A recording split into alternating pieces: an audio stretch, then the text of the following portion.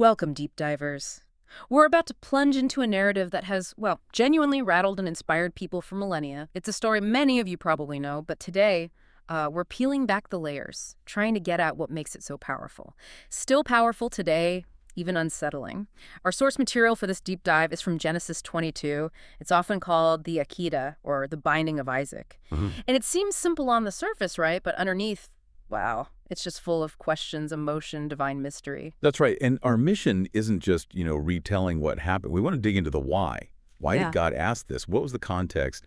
And what does it all mean for things like trust, sacrifice, divine promises? We're aiming for those insights. Exactly. Because it's not just some old story. It feels like a crucible moment. You have a father, his promised son, this impossible command, and then a journey testing everything.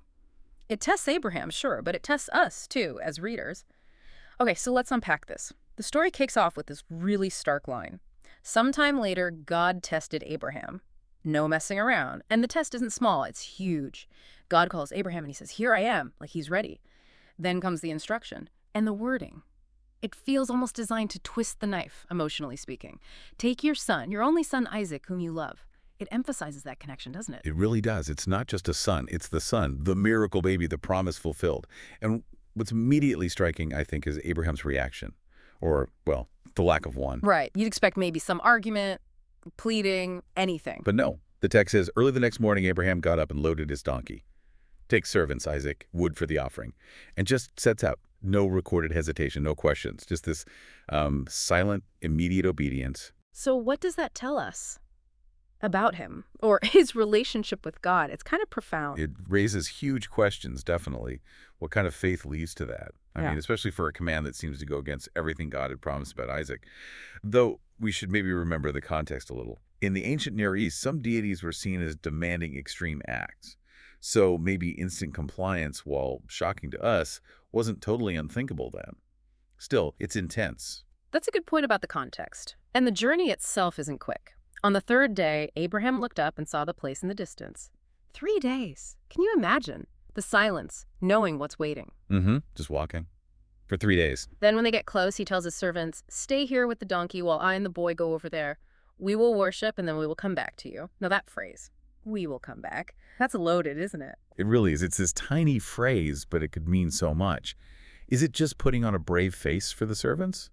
Or is it deeper? Like maybe a statement of profound faith? Thinking back to how God provided Isaac in the first place, against all odds. Yeah, like maybe he thought God could bring Isaac back.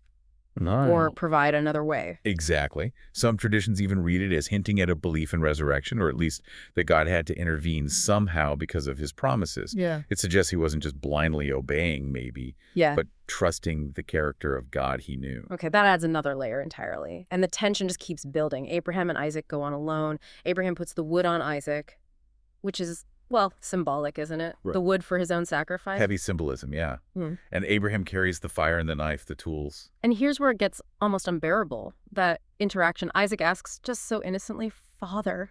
Abraham answers, "Yes, my son." And Isaac asks the question everyone's thinking. The fire and wood are here, but where's the lamb for the burnt offering? Ooh. Oh, it's heart-stopping. And Abraham's answer. Yeah. It's just one of the most incredible statements of faith you'll find anywhere. He says, "God himself will provide the lamb for the burnt offering, my son." Wow. It doesn't sound like a guess, does This it? is a wishful thinking. Given everything, it feels like this deep conviction. Big declaration. Yeah, almost prophetic. Like he knew God's nature wouldn't ultimately demand this, but would provide. It rings with experience and hope. God is provider. It's just, the contrast is so stark. Isaac's simple question, Abraham's terrible knowledge, but underneath it, this unwavering faith, ancient storytelling doing so much with so few words. Absolutely. We, the listeners, know the command, but Isaac doesn't.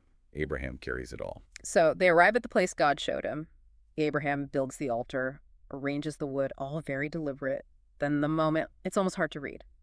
He binds Isaac, lays him on the altar on the wood. The preparations are done.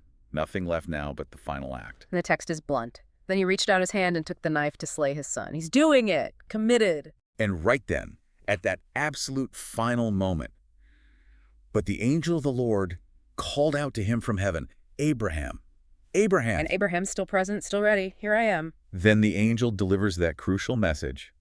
Do not lay a hand on the boy.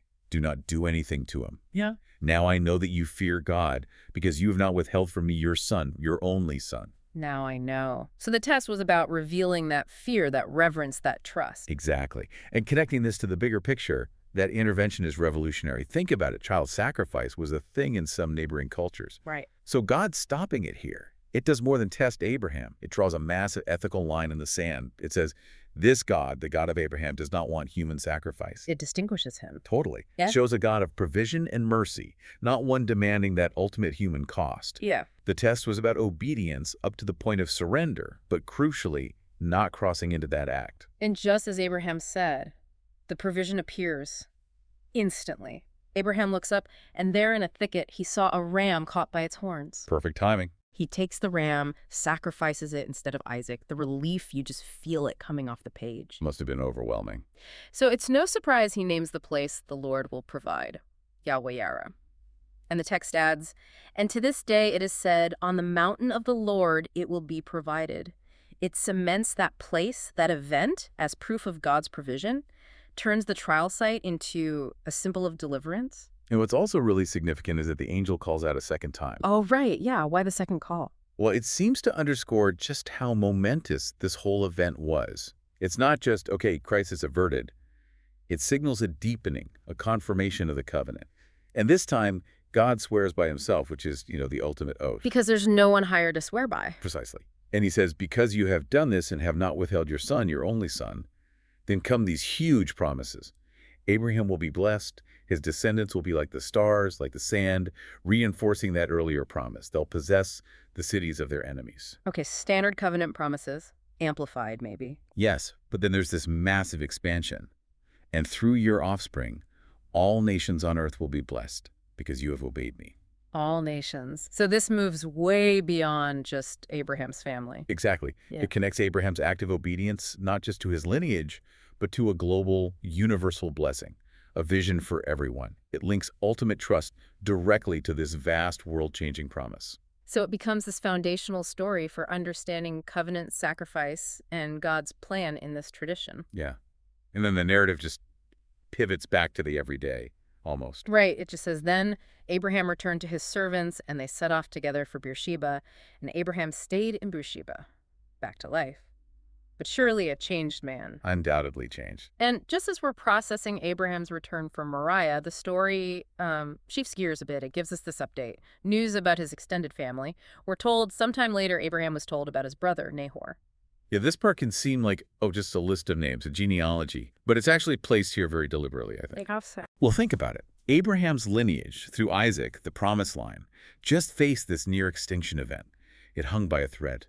And right after that intense vulnerability, the text shows us his brother Nahor's family is, thriving. Lots of kids. The contrast. Exactly. We hear Milcah, Nahor's wife, had 8 sons.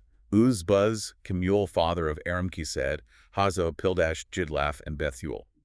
A full house compared to Abraham's one precious son. Okay, I see the contrast. But is there more to it than just that? Oh, definitely. Because buried in that list is the key connection. It says Bethuel became the father of Rebekah. Rebekah, right. Isaac's future wife. Bingo. It's not just a random name drop. It's brilliant foreshadowing.